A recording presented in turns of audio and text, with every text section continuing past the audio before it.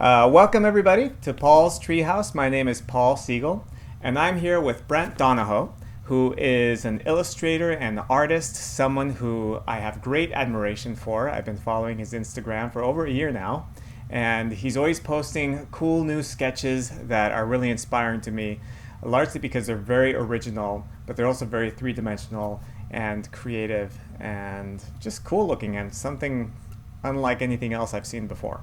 And so I thought it'd be interesting to have him here on our channel, ask him a few questions about his art and his process, and get to know him a little bit more and show you some of his work that I find so cool. One of the ways that he and I met was through the Armature Nine product line. He showed me some pictures where he set up these really intricate sort of poses and angles and lighting that I'm assuming he was using as art reference or potentially as art reference. So I'll ask him a little bit about that and what his process is like.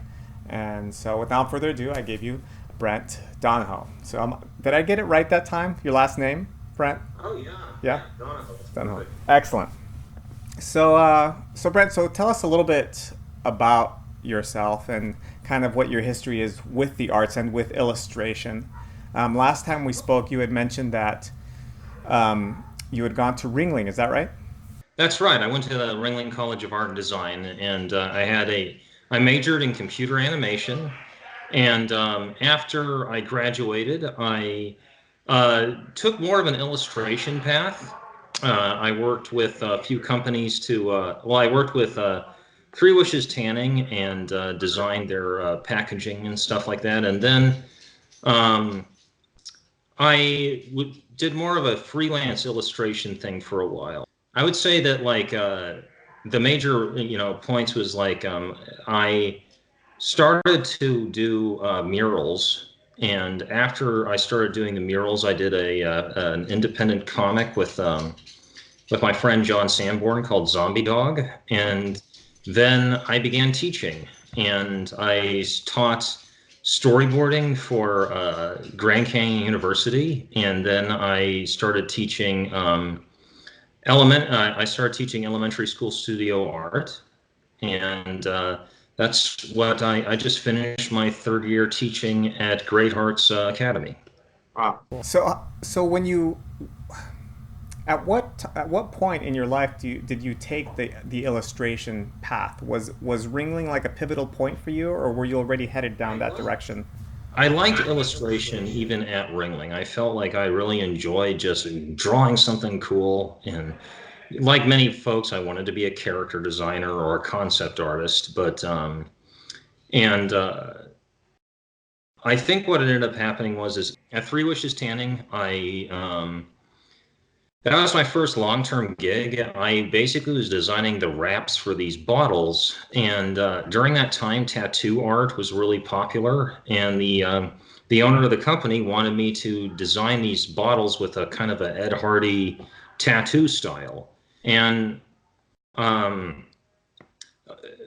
I was talking to my manager. I talked to my manager sometime after that company got bought out, and she's basically told me the effect of you're really bad at graphic art, but you're really good at illustration. You should keep doing that. And so that's what I did. And I ended up illustrating the covers for Christian focused publications and a few other gigs. That was around the time when I was starting to get my legs for how the business works.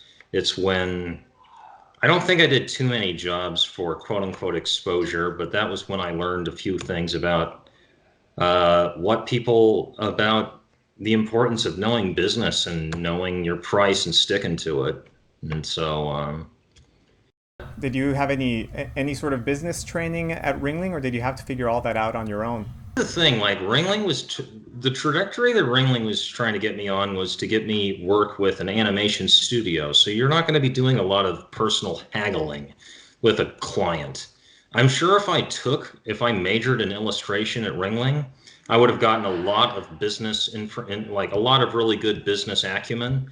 In fact, I remember a story where this guy, I only tip my hand on this end of the story, but this guy goes up telling these kids, "Oh, you're going to get your own comic. you're going to be able to, hey, you're going to make money making whatever you want. And then everybody started asking, just machine gunning him with questions. It's like basically just telling him, it's like, well, okay, what are you paying us any upfront payment? Or, and, like what are the percentages? And they were asking him all these really good questions. And then he ended up storming out because he didn't get any free work. It was all and what would happen is that they would go to these colleges, approach these talented but naive students. And one of my friends who went to that college, and he was a freshman, was doing all this concept art for an animated film, and then they completely disappeared. And that happens. Like there are just there are a lot of people who, I don't even know if they're the con men, but that they don't value what artists do, and they think that it's all just something that you could whip up. Yeah, there seems to be no shortage of business people in this field that are out there looking for low cost or free labor. Do you feel that? There are actually a lot of these people sometimes can be creatives too. There's such a thing as a writer and an illustrator getting together to collaborate on something, but usually that is not going to be a client there. That is not going to be a client-employer relationship. It's going to be two people who are friends, who share the same vision, who are working together on something together. That's not the same thing as hiring somebody with the hope that they are going to just do a bunch of work for, like, that they are going to take a bunch of risks, and even though they don't know anything about your project and stuff. Does that make sense? No, absolutely. Yeah, no, I've come across this really often. Do you feel that, I mean, you've been in education now for many years, plus your experience at Ringling. Do you feel that these educational institutions might be complicit in kind of encouraging those kind of parasitic relationships sometimes? No? No. Not my experience. Usually, if there's a teacher who hears from their student about some Craigslist ad that they're getting in on, usually the instructors who are teaching at these schools are artists too, and Yeah. if they see, there are certain things in Craigslist that tip off whether it's something where, knowingly or not, it's toxic. Usually when they're saying, we're looking for high school and college students to do this project for us, which basically is translated to, we're looking for a person with virtually no business experience and doesn't know the value of their own work to basically do free work for us. Yeah. It anytime you hear the word exposure,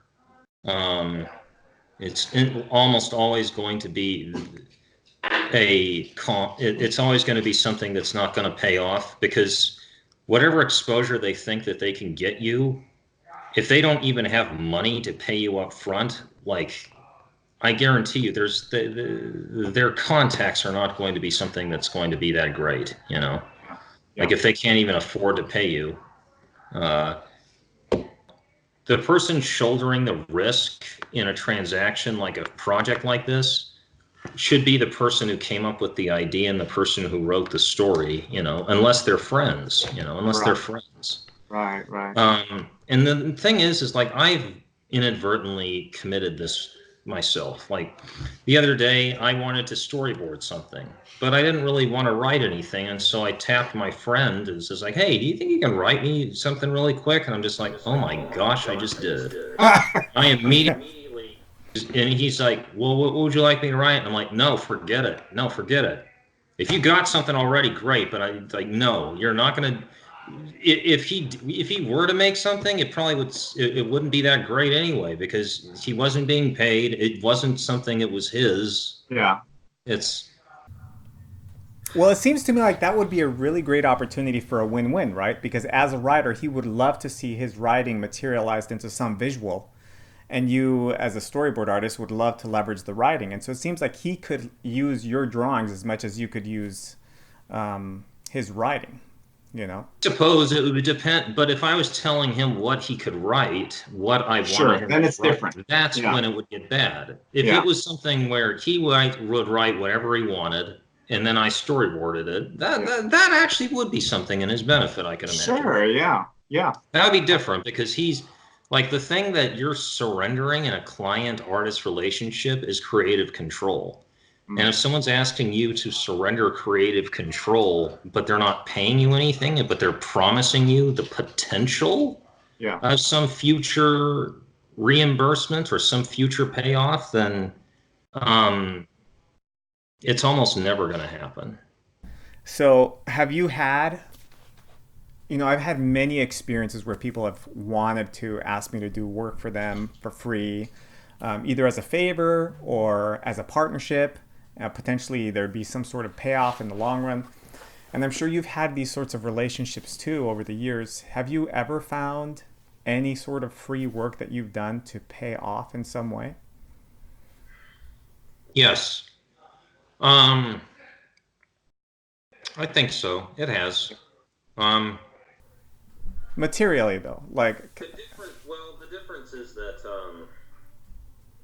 I mean, obviously, there's the experience, the portfolio, and the relationships that are built over the process. Those things kind of are invaluable. But I'm wondering, from a business standpoint, have you found the investment to be I worthwhile? would say that the monetary investment has never monetarily has Yeah. never been the same. I think that I mean, it's got to be rare, you know, for it to yeah, actually. it's going to be rare. It's going to be Yeah. rare. What can happen is that you end up getting on board with someone, and then you do end up falling in love with the project, and you like the guy you're working with, and you like this guy complements something that you don't have. Um, and then you guys end up working together, but at that point, it's no longer. At that point, it is a collaboration, and a Yeah. collaboration is something that you have co-ownership in. Yeah. So, Yeah, I have this feeling that if you were able to actually go out there and collect statistical data on this stuff, that probably the rate at which you get some sort of positive return on these types of collaborations is probably the same rate at which you win a prize on a slot machine. You know, yeah, it's well, I got mean, yeah, It's it's got to be. if a person like I would say here's just the bottom line. If a person straight out of the gate on Craigslist or something is saying that they have no money to pay you, but if you do this for them, it could be great for your portfolio and it would be good exposure, then that is not a person that you want to trust at all. That's not that is a person that is not respecting your time and who would never do that to any other kind of professional. It's someone who already and chances are they're not going to respect your contribution at all. They might be thankful, but they are not going to respect it to the degree that someone who is willing to take a loan out to pay you would. Right. Um, Yeah, what I've learned too is that whenever you do work like that for free, the work itself becomes really disposable to the person that you're doing it for. And I found that they tend to almost, it's almost like they're using you to block out ideas just to see whether it's an idea they like. They're like, no, I don't like it. Try again. No, I don't like it. Try again. Well, you know what? There was nothing you did we liked. We're gonna try somebody else and see if their style fits what we're looking for, or gives us a sense for what we want. It feels like your work ends up becoming very disposable to the client, and they're just not even putting thought before asking you to do something either. They're just like, try this, without even thinking to themselves whether it's something they even need or want. And I think I don't, again, I don't want to say it's malicious. It's just, it's Yeah. subconscious. It's like if you do not invest any effort, like if you do not bring any sacrifice and ask someone else to sacrifice it all for you, then usually your ability to value that does take it isn't as significant. And So, so so this would be helpful for people to know. Over the years, what have you found to be the best method of handling a transaction with a potential customer? Do you feel that it's hourly is the better way to go? Do you feel that just having a flat rate for a project? Something someone's going to agree to. You Okay. do need to kind of have a, you need to have in my experience, this is from doing murals. Yeah. I would kind of, he's my partner, my business partner. Excellent. That's probably the best business partner you could have. He gets lots of exposure. He gets paid in exposure. But So yeah, so you're saying hourly is not a good way to go. What? well, it's actually a great way to go if you can get someone to do it. If you Yeah. can get someone to agree to it, it's awesome. You got to keep track of your hours. Um, I get scrupulous about it. Like if I ever think that I'm not working hard and I end up subtracting hours and stuff, just so that I'm making sure that I'm not taking advantage of it because it is a fantastic opportunity. Because almost always, well, especially if you're new, you're going to want that job so much that you're going to undercharge yourself.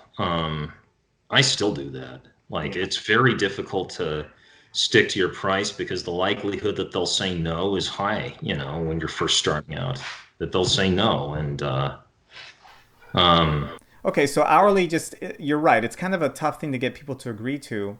And so do you just have certain kinds of projects where you break things up? usually have done a flat rate Yeah. that they pay half up front and half upon completion.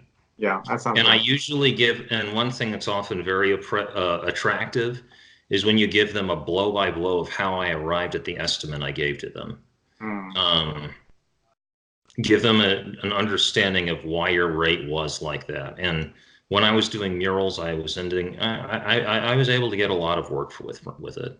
I Yeah. was able to get them to agree to a lot because I was the thing that you would get by giving them a flat, like if you have an estimate of how long it's taking you to do projects like that in the past, and you figure out what your hourly rate is. I went off $25 an hour because I've heard that I should do more than that. Yeah, but now it seems that you could. Gosh, I think if the word got out, like in California and places where there's bigger studios, that you could do concept art for that hourly rate, you'd be busy constantly, you know. And I think now with the internet and email and all these tools, I think there's more and more companies willing to send the work out of the studio. Have you considered pursuing that at all? Freelancing into that market? Yeah. Well, I am applying for companies like DreamWorks, and I actually finished that storyboard test for Disney. Um, and they said that my drawings were up to par. I just need to get better at camera work, understanding camera language and stuff like that. But they said that my drawings were right where they needed to be. Like I could draw. So um, that was some pretty good feedback. Okay, so now let's talk a little bit about your mural work because I really want to feature this and show it to people. I love it. You're saying that's something you did in the past. Does that mean you're not doing it anymore or not thinking of doing it again? Totally. I'd love to do that again. Yeah, okay. Yeah. And so the murals that I'm seeing on your website, are these in the area that you live in? Okay. Some of them were in Los Angeles, but yeah, I did a lot of murals in Arizona for different bars and breweries and stuff, and I yeah, it was awesome. It The thing, one of my favorite ones actually was for pastries and shot, and the idea is that for that one, I only got paid $1,000 for the whole thing, which usually is like half the normal rate I would do it at, something like that at. But the agreement was basically that I get to take as long as I want. So I kind of just when during a slow period, I ended up going back in there and just decided to make it one of like a really cool mural. And so I just, uh, so that's kind of, there's this really good little chart where they have like, how much, like you can either have a cheap, you can have something like there's cheap, good, and fast. You can have two of those. You have two of those, you can't have all three. And so for them, they got it cheap and they got it, and it was good, but it was not fast. I like that. Kind of reminds me of very long time. Yeah, very cool. And so, was the mural thing come into play in your life because somebody were you the one that pursued it, or did it kind of find you, that work? It found me. Okay. Found me. I was working at it was kind of a low point where I was just kind of, I was working in a restaurant basically, and in the break room, I did this drawing. The mascot of the restaurant was a monkey, and I was drawing a monkey with this big, like, just manic grin, just saying, "Fold those napkins," and so I kind of did it like once a day for a few days, and the person running the front was basically like, "I want you to draw stuff in the front. I want you to do like big drawings of these monkeys that you've been doing." And so I started doing it. It was super fun, and that was kind of the beginning of it. And I set up a website, and I basically started doing murals, like for weddings, events, everything. It was great. That's awesome. Well, I'm hoping that by showing this to the world, I mean, you've already done this yourself, but maybe we can reach a different audience, slightly different audience, other areas, other geographies through this video, and maybe get you some more work in other places would be great. I'd love to see you doing muraling all across the country. Would be phenomenal. Would you consider something like that? Like if people actually flew you out, would you do that type of thing? Yeah. Yeah. That's We totally do. That just seems like such a fun gig.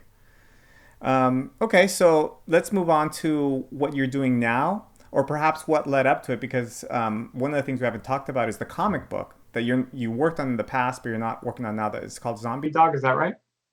Yes. Right now, they're trying to make a pilot to pitch to a few streaming.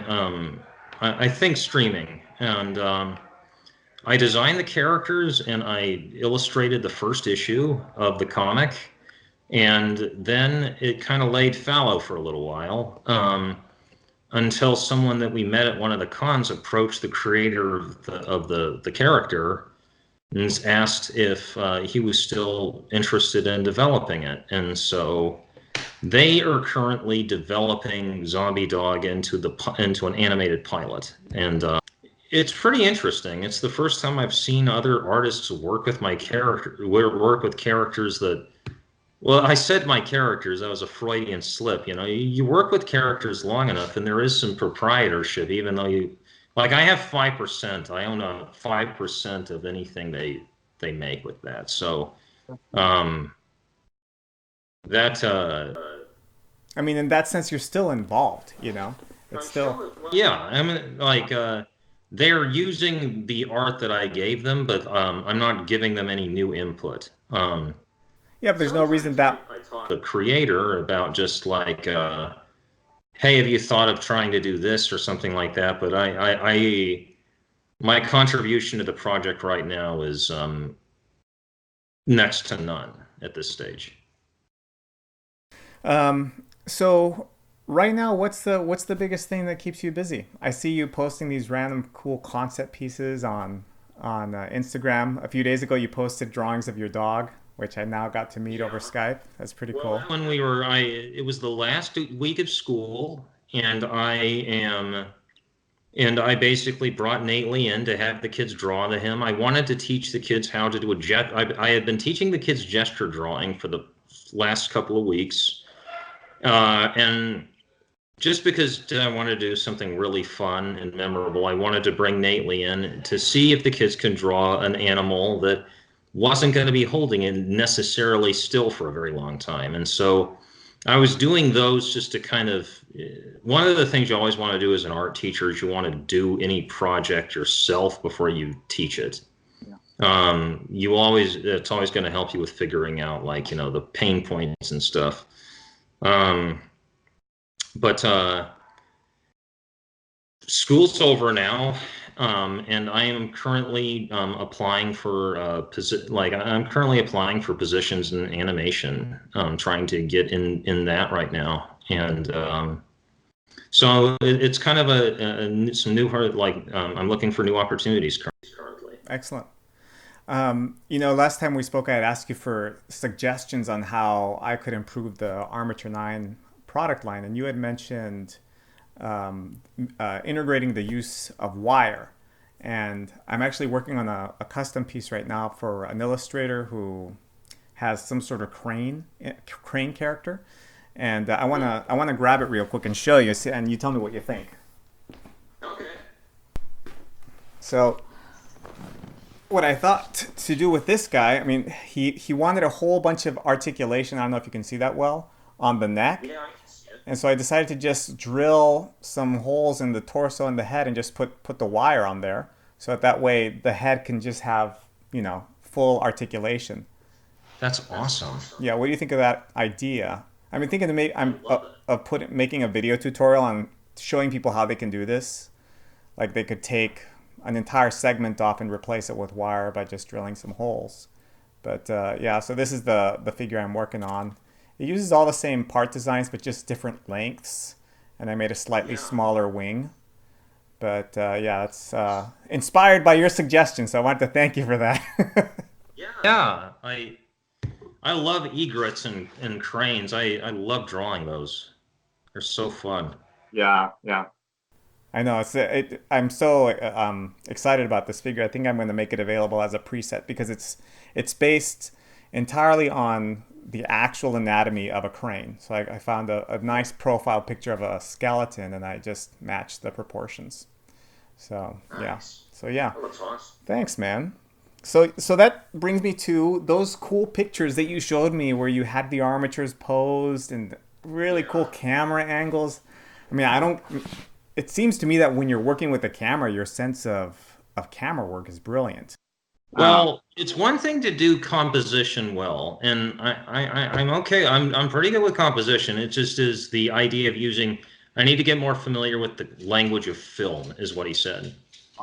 And so, and which not so much like you can say the word amazing super duper well. Like you can say the word amazing and the word fantastic, and then you can say the word, you know, Charlie horse, and you can say those three words super duper well, but trying to actually take sentences and making a coherent story out of those words, that's where it gets challenging. And so I think it's not so much any one camera angle. I could draw any camera angle that they asked me to. It's a storyboard artist has to also figure out how those come together and how they come together to complement what's going on in a way that is effective and powerful. So I think that's what they're gunning for. That's what they're looking for. And so I'm trying to get better at that. I am looking into some books I can read and stuff like that. But about the photos, I wanted to do something that was just undeniably cool for ninth grade. I was super intimidated by teaching ninth grade, and it occurred to me that I could make some really cool looking dioramas just with rocks and lighting and trees and stuff. And instead of having them draw pots and fruit and stuff, I would draw stuff that told a story. And so, because I saw what they did the first few times, and I was really impressed by their ability to draw realistic things. And so what I ended up doing was I ended up I kind of made this ongoing story, like the story of Mimic and Gray Man. And in the first couple of the first few dioramas was them trying to get Goliath's skull, and then they get chased by a giant boulder, and Mimic, which is the wooden mannequin, he loses his leg, and so Gray Man decides to take it. Gray Man and Mimic decide to go to Vulcan's forge to get Vulcan to make him a new leg. And they went into the Cyclops factory, and then they said, Brent, this has nothing to do with classical education. This is getting way too bizarre. There were dull parts everywhere, and that last one you did, we need you to tone it down. And it was so I did. I toned it down. And plus, I wasn't really coming. Like, even my dad was just like over text. I'm like, yeah, this is this one little one-shot scene where there's a primordial god of chaos, and so I would take the little gray armature and I would sculpt tentacles on him and stuff. And Dad's like, Brent, that doesn't seem very classical. Or is the administration okay with you doing that? And I'm like, well, it's a primordial. It's in Greek mythology, and so when I came to Dad saying they shut it down, all the dioramas it's shut down, Dad's like, well, I told you, that's so bizarre. Like, you were going too far with it. Yeah. So it was. I eventually did, though, go back to it. Like, I did more of a Japanese-themed dioramas when we started studying ink, Sumi-e ink drawing and stuff.